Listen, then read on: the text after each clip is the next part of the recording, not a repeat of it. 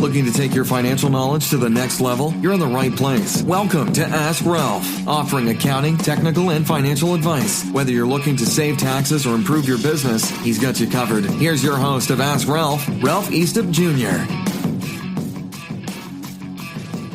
We're going to take some questions today, and we've got a few in our email bin today. The first question is from Kent in Smyrna, Delaware. Kent writes, my employer has decided to set up a 401k plan at work, but they're not going to match any of my contributions like some of my other past jobs. Should I still contribute to the plan? Thank you, Kent, for this question. This is a question that in our practice we do get quite a bit. And I really have 5 things that I want to talk to you about with this particular question. The first of which is, my opinion on this is, first of all, I would contribute because it's an automatic and guaranteed savings plan that's going to come right from your paycheck. And in my view, it really helps develop a habit of saving. And the sooner you start to save, the better off you're going to be. So even if your employer is not going to do a match, the idea of putting aside this money either weekly or biweekly as you get your pay is a great idea. Secondly, it does absolutely lower your taxable income. So it's an instant return on your money.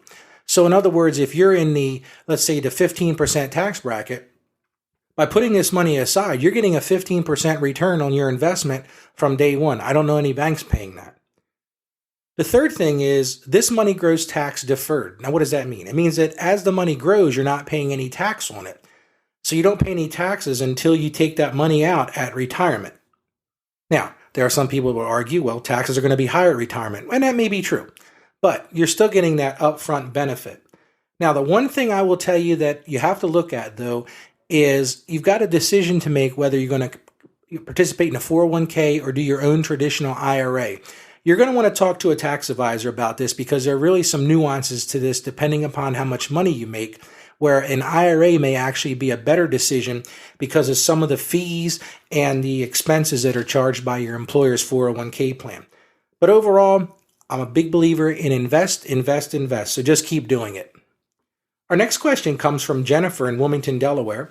And Jennifer writes, we're thinking about expanding our business and need to hire someone to help. A friend told me that if we hire an independent contractor, it would cost us less. Is that true? Well, Jennifer, you've asked a question that I get a great many times in my practice, and it's a question that can really cause a lot of problems. And why is that? Well, this is a really, really big area that the IRS has really started looking at. I generally tell clients that you need to make the decision whether the person qualifies to be an independent contractor or an employee based on really these 3 tests. Do they own their own tools? Do they have their own license? And do they have their own insurance? If you answer no to any of those questions, frankly, my opinion is they're probably an employee. But now the IRS has put together a 20-point test, and I'll talk a little bit about some of those items. The first on their list is, does this person suffer an economic loss if the job doesn't go right? Now, if you're an employee and you wouldn't have any economic loss, but if you're a subcontractor, you would. Like I already talked about, do they use their own tools and equipment? This is key.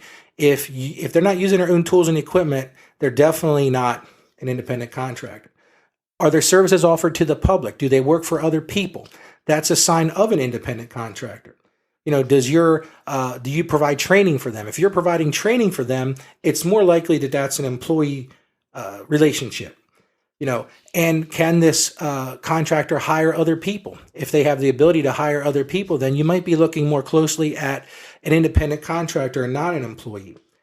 Another big area is, do you set the working hours? Now, this one can get dangerous because you can say to an independent contractor that you need to do the work during these hours. But if you're really paying somebody by the hour, then I really feel like this person's an employee. But this is an area you want to take a hard look at and maybe talk to a tax advisor or accountant to give you some assistance.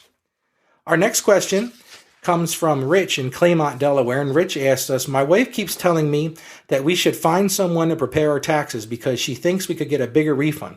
But my taxes are pretty easy and I actually enjoy doing them. Why should I consider hiring someone? Well, Rich, that's a great question.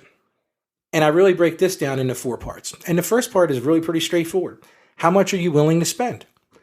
According to the accountants area, they did a research study in 2015, and they found that the average cost to prepare a 1040, what we would call in our trade a long form, was $273. So that's the first thing you want to take a look at. Are you willing to spend the money? There's also some software options, but I'm really not a big proponent of those software because I feel like they talk you into deductions. The second question you need to ask yourself is, how much time are you willing to spend? According to the IRS, they say that the average 1040 takes 16 hours for an individual to prepare. I don't know about you, but I wouldn't want to spend 16 hours doing it, especially when you can go to somebody and you may have to spend some time putting your documents together. You may spend an hour or two in a meeting with them, but realistically, 2 hours versus 16 hours, what's your time worth? The next area is, how complex is your return?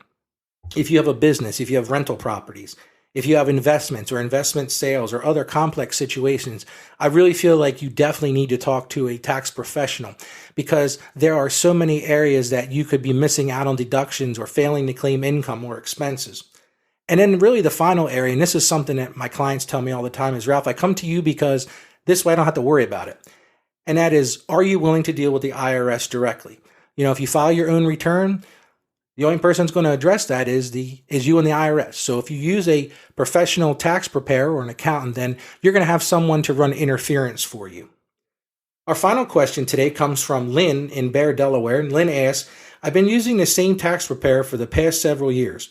He was referred to me by a friend at work, but I'm starting to feel that he might be a little shady. How can I tell if I am using the right person?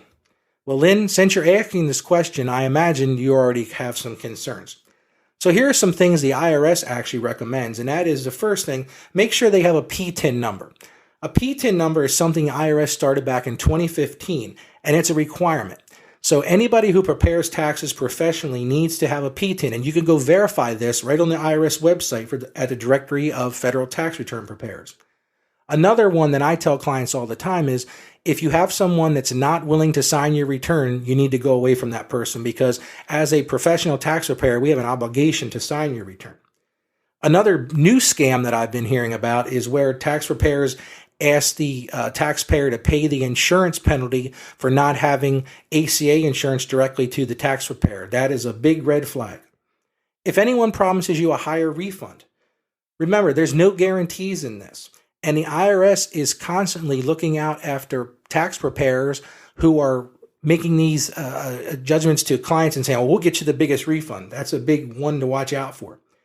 Never allow them to ask you to sign a blank return that they'll fill in later. Don't allow them to deposit your refund into an account that's not yours. Another big one is don't accept an accounting engagement where they're telling you your fee will be based on your refund. Again, don't allow them to tell you that they are endorsed by the IRS. You want to have a preparer that files returns by e-file. The truth is, if anyone files more than 10 returns a year, they're required to file by e-file. And the final area is if they're willing to do your tax return without your payroll stubs. All good questions, and we look forward to your questions in the future. You've been listening to Ask Ralph, brought to you by Saggio Accounting Plus. Please subscribe to and rate our podcast on Apple Podcasts or wherever you get your podcasts, and leave us a rating and review. Our podcast is produced by Carolyn Peters. Thank you for listening, and be sure to like us on Facebook and follow us on Twitter at Ask Ralph Media. You can also hear me each week on 1450 WILM and on 1410 WDOV in Delaware and on the iHeartRadio app. Submit your questions or ideas for future shows by sending an email to AskRalph@AskRalph.com. The information contained in this episode of Ask Ralph is based on data available as of the date of its release. Saggio Accounting Plus and Ask Ralph Media Inc. is under no obligation to update this content if changes occur. Applying this information to your specific situation requires careful consideration of all facts and circumstances, and any information provided is not to be considered as financial, tax, or legal advice. Please consult your tax advisor or attorney before acting on any material covered.